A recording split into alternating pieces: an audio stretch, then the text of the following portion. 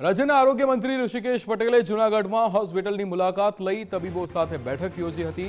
આરોગ્ય મંત્રીએ હોસ્પિટલમાં દર્દીઓની સારવાર અંગેની વ્યવસ્થાની સમીક્ષા કરી, જે બાદ દર્દીઓની સારવારમાં ખામી સર્જાતી હોય તેવો આરોગ્ય મંત્રીએ આડકતરી રીતે સ્વીકાર પણ કર્યો હતો। સાથે જ સરકાર તબીબોને કલાકો પર બોલાવે છે પણ તેઓ સમયસર હાજર થતા નથી તે વાતનો આરોગ્ય મંત્રીએ સ્વીકાર કર્યો હતો।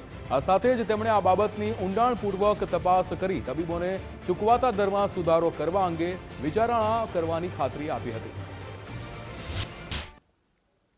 અહીંયા આ જ હોસ્પિટલમાં અને તમામ હોસ્પિટલમાં સ્પેશિયાલિસ્ટ અને સુપર સ્પેશિયાલિસ્ટ ડોક્ટરો માટેના ઇન્ટરવ્યુ પણ કાઢવામાં આવે છે અને સીએમ સેતુમાં આપણે સામે ચાલી અને એ નગરની અંદર અથવા તો એ શહેરની અંદર કોઈ પણ આવા ડોક્ટરો હોય તો સામે ચાલીને સંપર્ક કરી અમને વિનંતી પણ કરીએ છીએ કે અહીંયા આવો, અહીંયા અમે તમને સાથે ડેમ્યુનેશન પણ કરીશું, આપીશું અને આપ દર્દીઓની સારવાર માટે આવો, પરંતુ કમ ભાગ્ય પ્રતિસાદ ઓછો મળ્યો છે।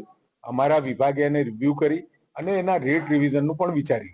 અહીંયા મેં જોયું, અહીંયા કેટલાય દર્દીઓ બાળકો હોય, સગર્ભા માતાઓ છે, ક્રિટિકલ કેર મધરો છે જેની સારી એવી સંભાળ લેવાની જરૂર છે।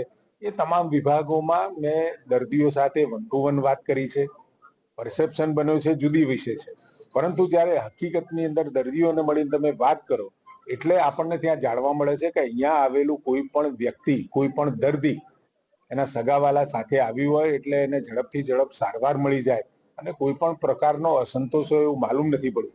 અને છતાં પણ તમે જે સૂચન કર્યું છે ધ્યાને લઈને એક બાબતની